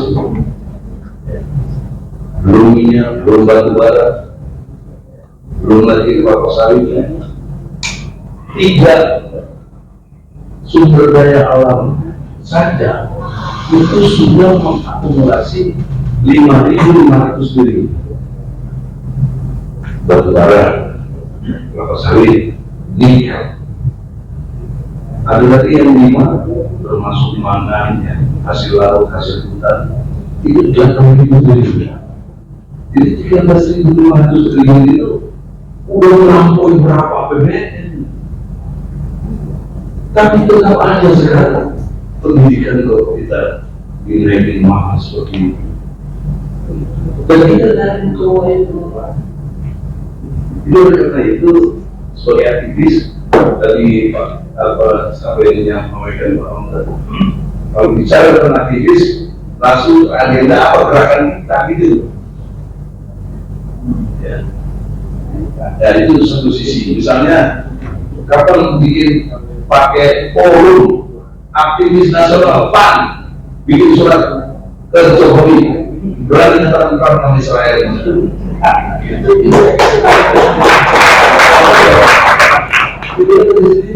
Lagi, kita sudah lewat di DPR. Jadi itu berusaha kalau suara masih bisa menunggu itu jadi masih berat kalau murah.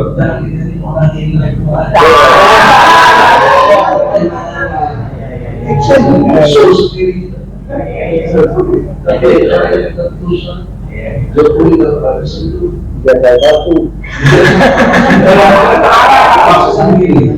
sudah sama jadi isu sentral kita, karena kalau ada hukum saya lakukan 2 tahun ini.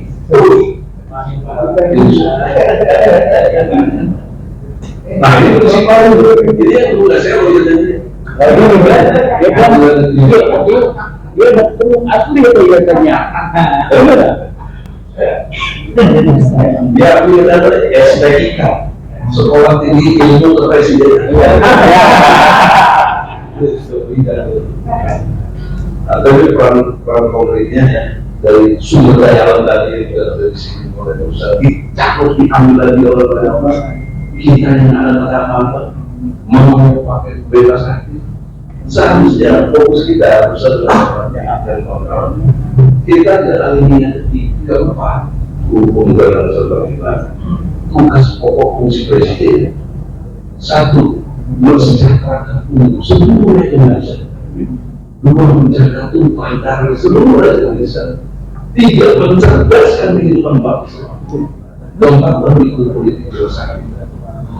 Empat ini masih fungsional ideologi. Tapi tidak keluar dari mulut DPRD. Itu masalahnya. Kalau dapat gimana? Karena mereka tidak keluar, ya kita rakyat keluar sendiri. Ya.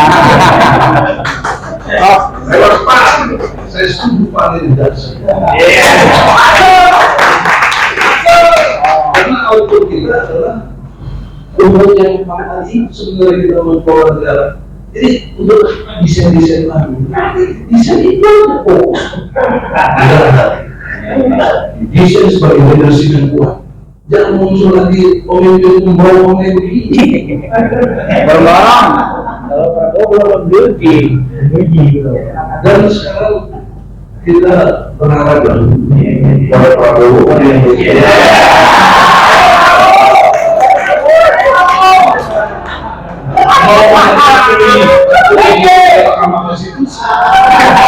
dari terima lulus jalur KPI, hasil quick count yang menang. Bubar. Kasih cek kosong.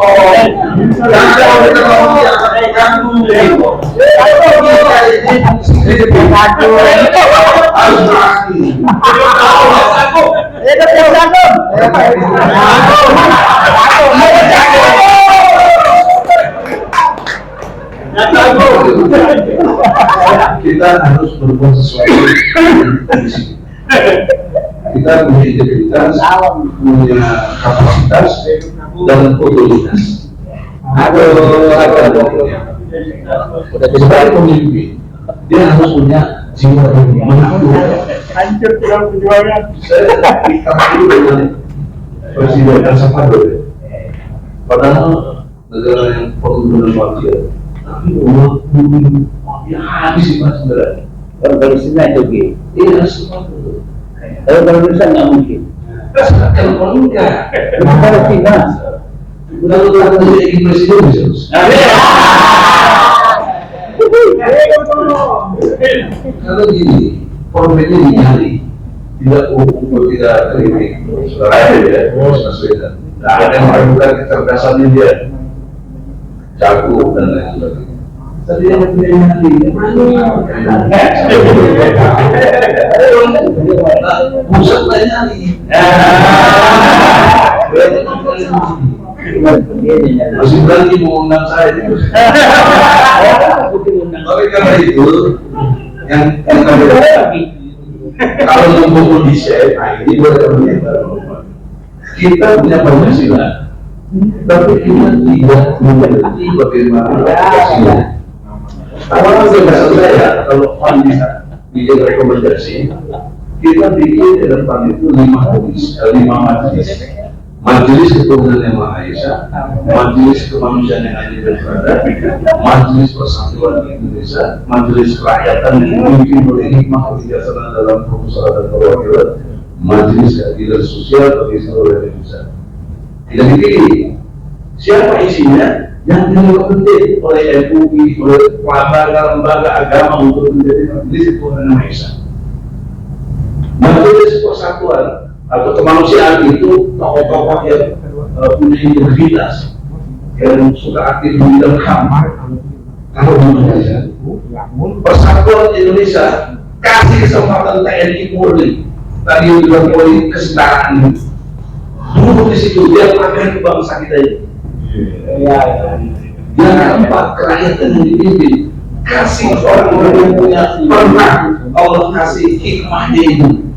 Yaitu pernah jadi raja-raja, kesultanan dan hubungan-hubungannya yang masih hari. Kenapa dia tidak dikasih di situ? Sehingga kita tidak hilang budaya zaman-zaman. Nah yang terakhir, Majelis keadilan sosial itu bisa kita kalau profesional Pak. Bagaimana semua bisa. Jadi itu yang PR jangan dipilih. Itu dapat rekomendasi yang betul DPR boleh dipilih. Jadi itu yang kami presiden, itu yang jadi presiden jangan lagi waktu. Pasti bertentangan dengan silakan Pak. Rakyatnya yang dipilih. Masa orang dari mana? 60 tahun saat kita sisi poin. Ini gunakan. Assalamualaikum warahmatullahi wabarakatuh. Hidup Prabowo.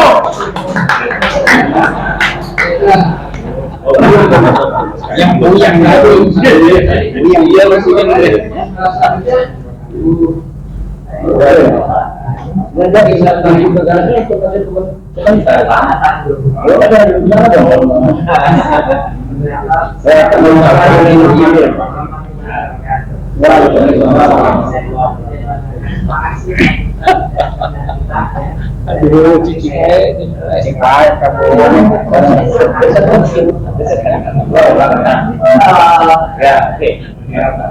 Saya dapatkan atau berdasarkan karena saya tahu itu sangat ya, apalagi saya tanya adalah anak muda dan bicara orang-orang yang sangat profesional yang berkapasitas ada juga. Saya hanya ingin menarik sekali ketika kita bicara mengenai geopolitik. Kita lihat dari tadi kita bicara bagaimana China, Rusia, peran China, Rusia dan Amerika. Kalau kita lihat tadi, bagaimana sebenarnya Indonesia tadi boleh dikatakan semua Indonesia bisa berperan sangat besar, gitu ya, dalam hal khususnya di ASEAN. Peran kita di ASEAN kita menjadi negara yang paling besar. Ya. Maka kita tadi juga bicara mengenai bagaimana di Laut Cina Selatan, ya, bagaimana Pak Imanto mengatakan perang Ukraina, Rusia dan apa namanya Gaza, Israel, Palestina juga perang. Saya juga tadi Profesor Rama dan Bapak juga dengan saya ingin mengambil melihat dari semua ini begini, belajar dari politik bebas di Komisi 1 selalu kita bicarakan mengenai kita tadi dikatakan Bang Emi politik sebagai aktif karena Indonesia yang sebetulnya itu bagian dari itu. Tapi sangat menarik ketika kita belajar dari negara-negara lain, ya. Seharusnya kita karena kita ini sudah menjadi global community, borderless, tidak ada tanpa batas, ya, borderless global community. Kemudian sekarang kita sudah ikut di dalamnya. Nah, kenapa kita tidak mau belajar? Saya itu waktu saya kasih contoh kecil, waktu saya ke Bangladesh, sangat menarik. Saya lihat ketika itu saya masih di DPR dan kita selalu bicara mengenai bagaimana pembangunan infrastruktur di Indonesia, bagaimana di Komisi 1 bicara bagaimana peran China RF waktu itu. Kemudian bagaimana sampai dibuat undang-undang bahwa kita tidak boleh menyebut itu dengan China, dengan Tiongkok dan lain sebagainya, gitu kan? Nah, hal ini tidak pernah disikapi dengan seksama oleh kita, oleh para aktivis, oleh para profesional. Kemudian, jadi kadang-kala kita melena dengan isu-isu yang tadi dikatakannya buat kita itu sulit, gitu. Padahal tidak untuk bangsa dan negara itu. Saya ketika saya kebetulan diundang setelah selesai dari DPR diundang oleh pemerintah Turki untuk mengajar di Universitas Ankara dan sebagainya. Ajar di National Coalition. Beberapa praktek saya. Waktu itu saya tidak mau kalau misalnya itu universitasnya ada di Istanbul. Saya mau ada di Ankara.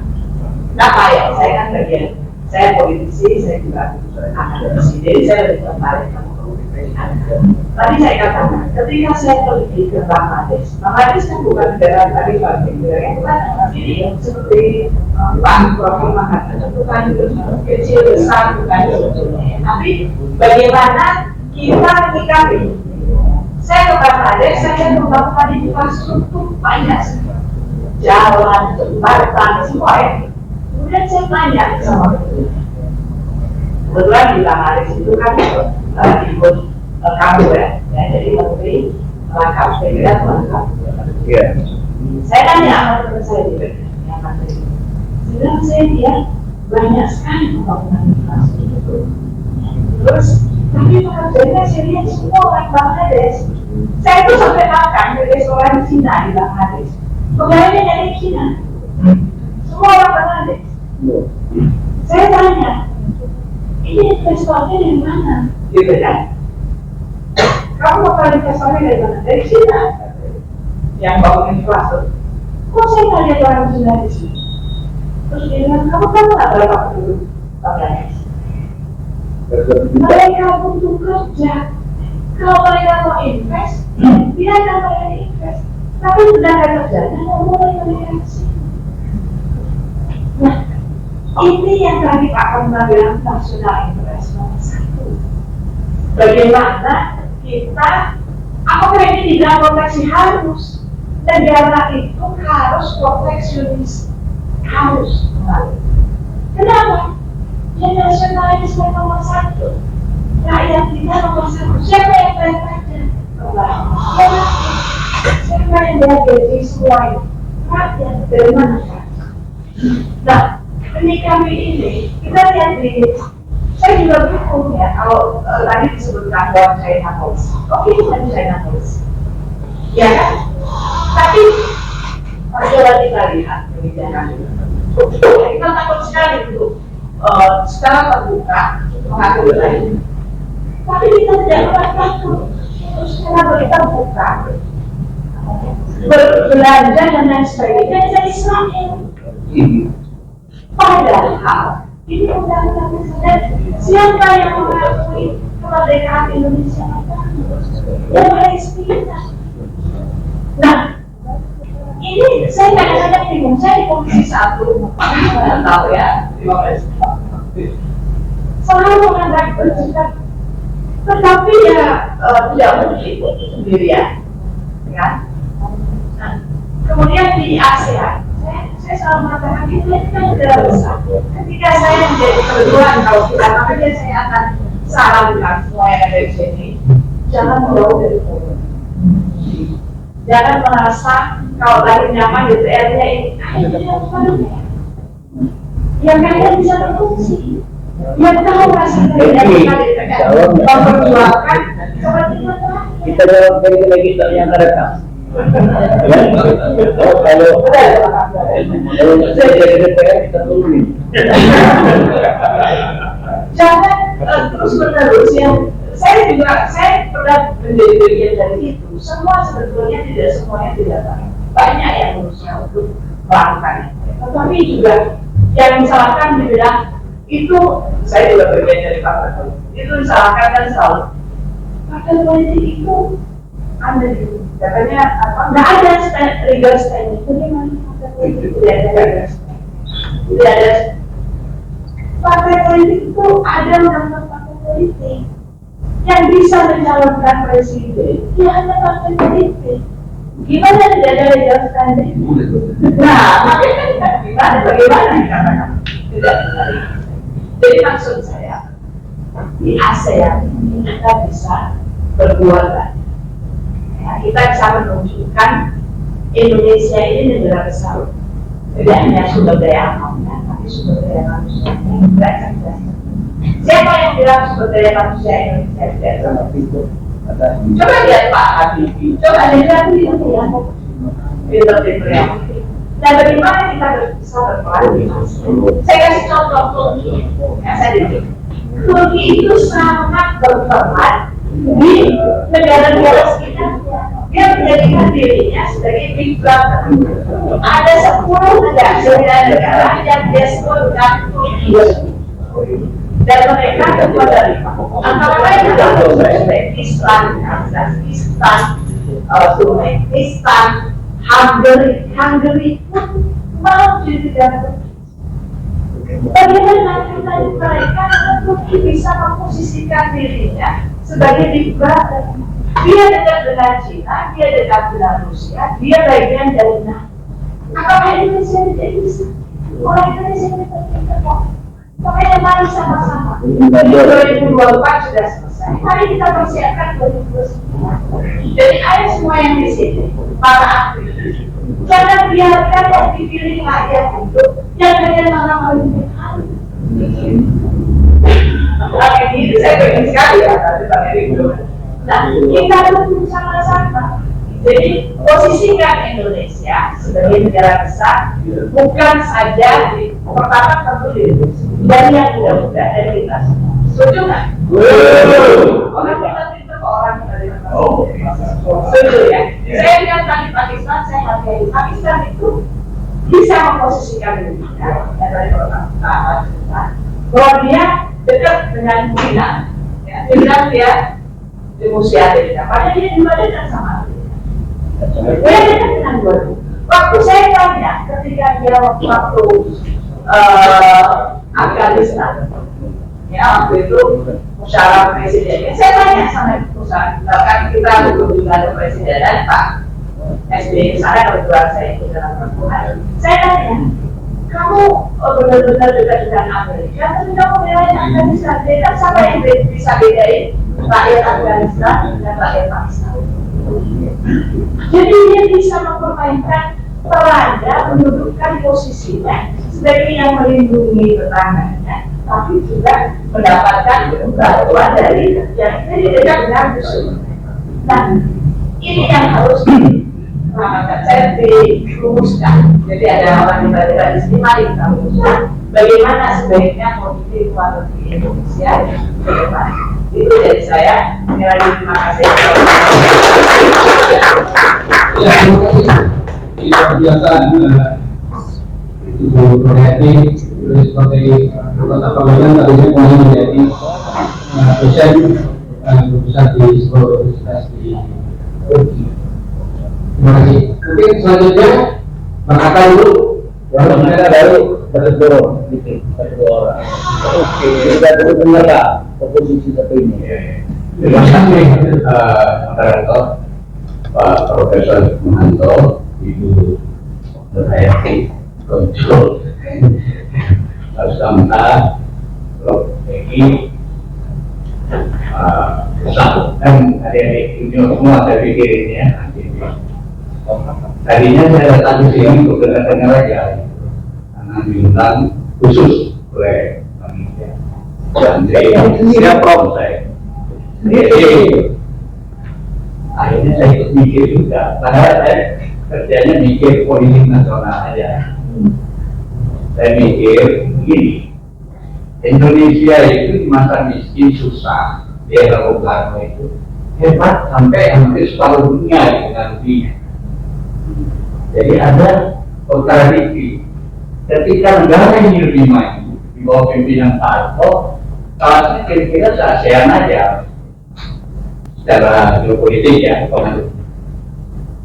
Lalu setelah semakin kita anggap negara ini maju dengan presiden yang sesudah reformasi, makin tidak jelas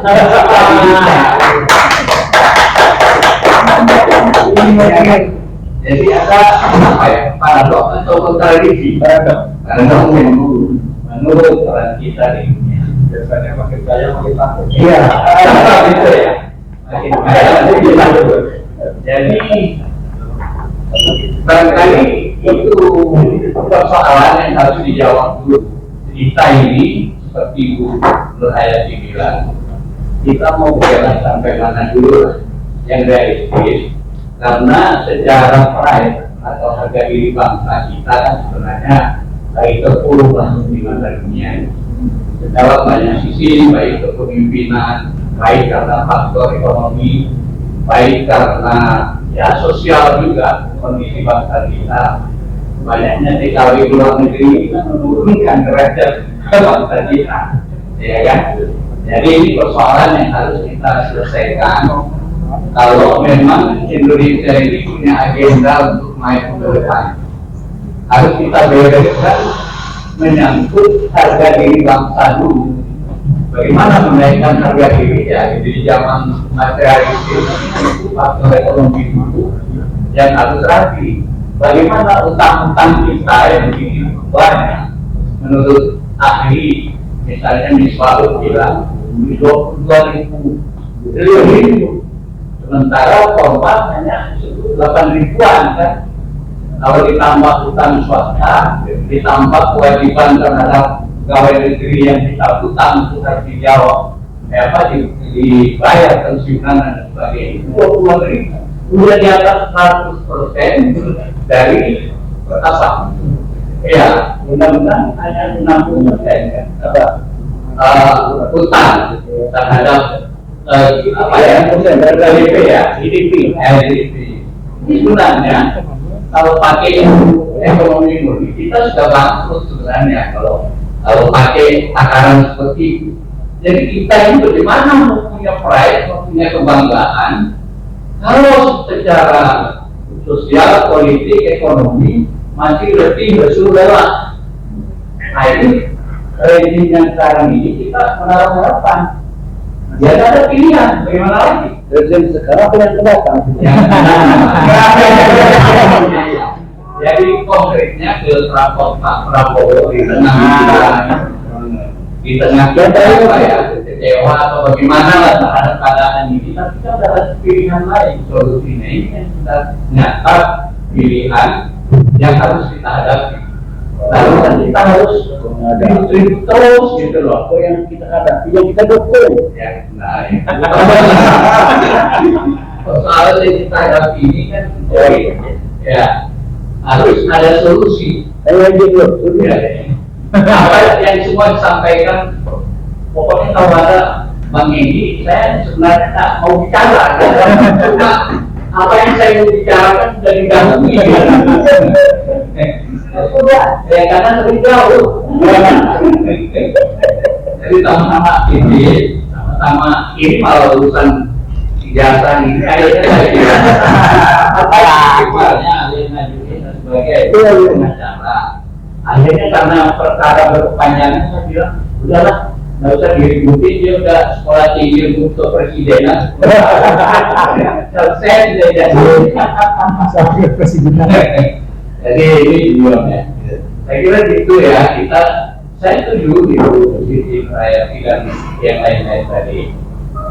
Itu Hayati doang ya. Kan saya pengen posisi apa yang Malaysia itu.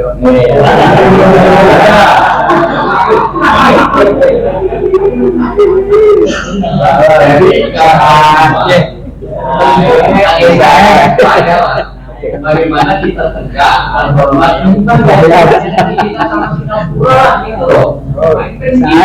Cara kita di rame-rame langsung tegak kok kita kan gitu. Saya kira nggak usah lah, kalau sama Malaysia kita rame-rame, walaupun dia banyak belajar dari kita cara melewati kita namanya. Iya. Kita rame-rame kerjasama dengan Malaysia misalnya, atau ada persatuan Melayu kayak apa yang harus kita tegakkan di wilayah ini dengan apa yang dimiliki supaya ada kait mau pribumi menjadi apa yang mau hilang kayak orang India, mau hilang kayak orang Aborigin.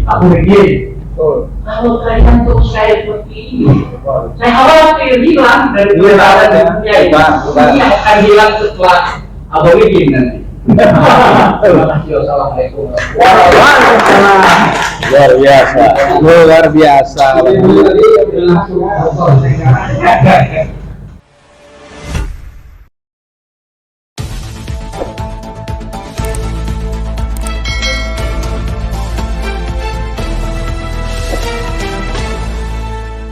Racikan Berita